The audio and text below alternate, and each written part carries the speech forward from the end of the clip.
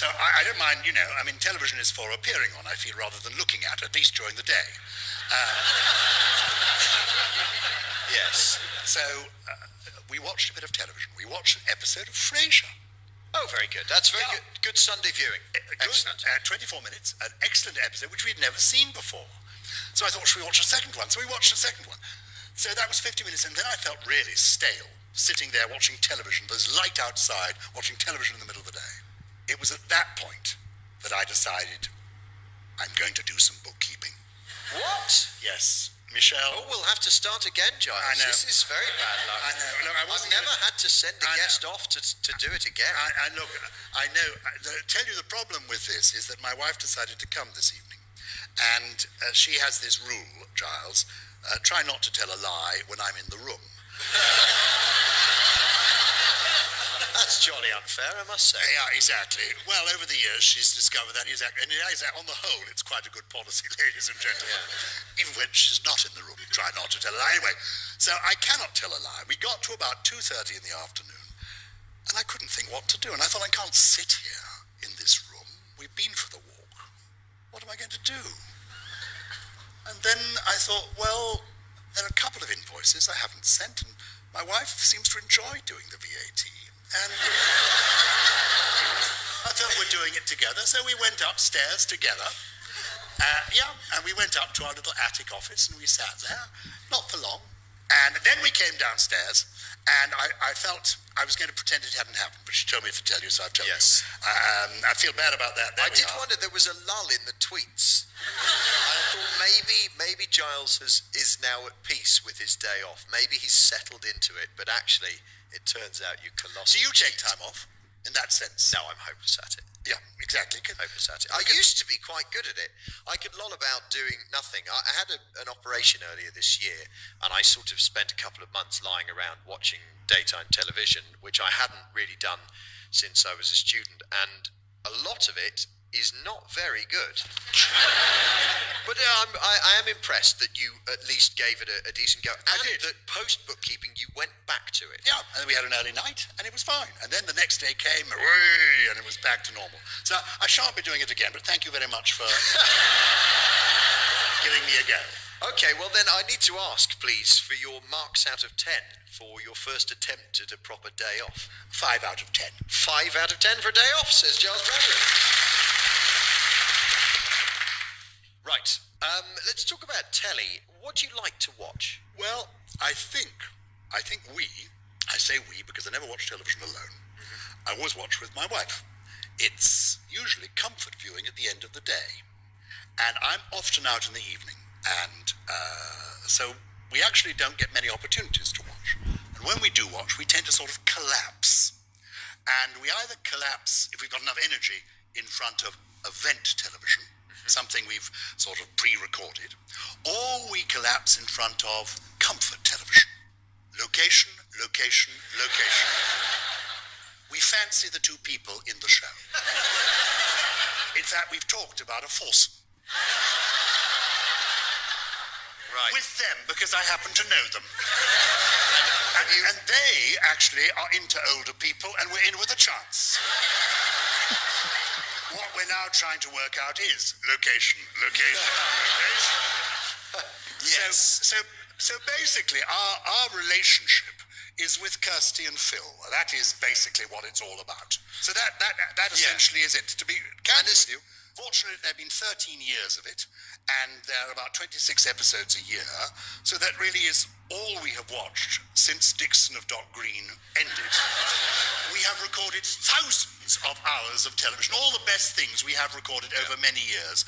The whole of West Wing, the whole of 24, the whole of Mad Men, the whole of The Sopranos. We've recorded every single episode of each of these fine dramas. And we have not watched one episode of any.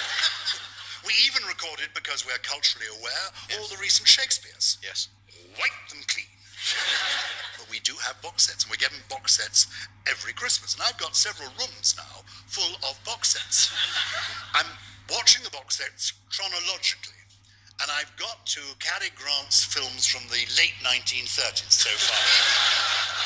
Well, this makes sense of the fact that you had never watched an American crime drama series which has won 108 industry awards and been nominated for 260 awards, and it's Vince Gilligan's Breaking Bad.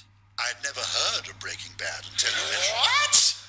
You had never heard of Breaking Bad? I'd never heard of Breaking Bad. I haven't finished reading War and Peace. Why should I have heard of Breaking Bad? You know? Well, War and there are Peace lots of things we haven't done, and I haven't heard of Breaking Bad. I'm not going to be ashamed of that. No, I don't think you should be ashamed. I'd be interested to know, there are about 100 people here for the recording this evening. Give me a cheer if you've seen Breaking Bad. Yay! Give me a cheer if you've heard of Breaking Bad. Yay! Give me a cheer if you've never heard of Breaking Bad. Yay! Ah, really? I'm so glad I brought my family. So did you have any expectation at all? Yes, we had the box. Okay, and did you read up? We did read up the box. And I'm going to tell the truth now, and she is in the room.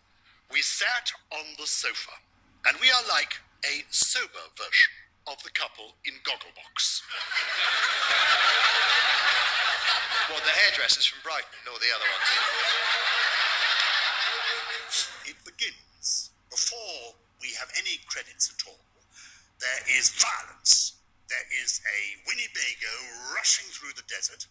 A body is thrown out of it. It is a near-naked man in Y-fronts. He is clearly high on something, and the opening word of the program is shit. At which point, my wife said, I wonder what Phil and Kirsty are doing tonight. So, Michelle, to be honest, didn't want to watch it. But I said, look, I'm doing this program. I said I'd watch it. People do say it's acclaimed. So I watched a program on my own. And I don't think I've ever watched a television program on my own. So I, for you, sat there and watched this program. It's brilliant. It's hypnotic. It's unstoppable. It's completely extraordinary. It is very violent. It's very dark. Yes. I'm on still the early episodes. Essentially, it's about a school teacher, a chemistry master, who is a bit down on his luck. He's a slightly faded human being. He's clearly a good teacher, an experienced teacher, but the class he teaches is a bit bruising. He's got financial problems. And I think I can give away the essence of it, which is that he discovers that he's ill, that he's got cancer, a maximum of 2 years to live. And he's a chemist, this man, this teacher, and he gets the idea that he could be involved and make money out of creating methamphetamine.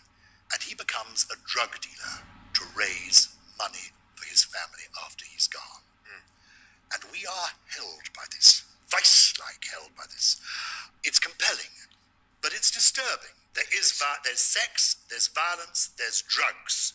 It's not like my home life. No. I mean, I have to tell you, I've taken the occasional aspirin, but I've never taken drugs. You know, the 60s, they passed me by. I was busy writing my novel. So I haven't lived that sort of a life. Yes. I was tempted to ask you to try methamphetamine while you watched it, but I didn't think it would be a good idea. The issue is, and in fact, I talked to my wife this afternoon about it, because I said, this is brilliant.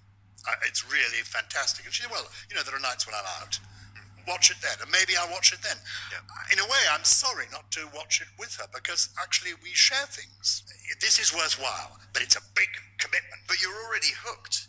Oh, I'm definitely... Walter White, our hero, the chemistry teacher with cancer, he's already making choices that are morally dubious. Are you still on his side? I'm totally, at the moment, and I'm told by people I've discussed this with, that as you go further down, it becomes more difficult to be on his side. I've found that fascinating. There are 5.5 seasons, effectively, and I've asked everybody who's watched all of them, at what point did you morally disconnect from Walter White? Because everybody's rooting for him to begin with, and there's huge differences. I think it's an excellent way to judge somebody's character.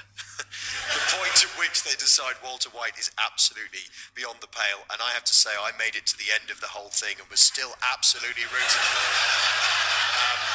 And you know, have you heard about the British spin-off? Oh, is that a British? Yes, it's a British teacher, a science teacher who gets cancer and is treated for free on the NHS and doesn't have to.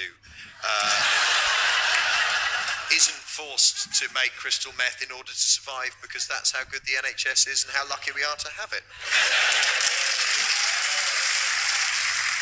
Well, I'm very pleased to hear that you liked it, and I hope you will go further with it because I think you'll find it fascinating. Yeah, well, if I've obviously got to complete my day off because I didn't do that properly Yes. for you. Am I allowed to watch Breaking Bad as part of doing nothing? Well, box set binge definitely counts as a day off. Your marks out of 10 for watching Breaking Bad for the first time. 10 out of 10. 10 out of 10 for Breaking Bad.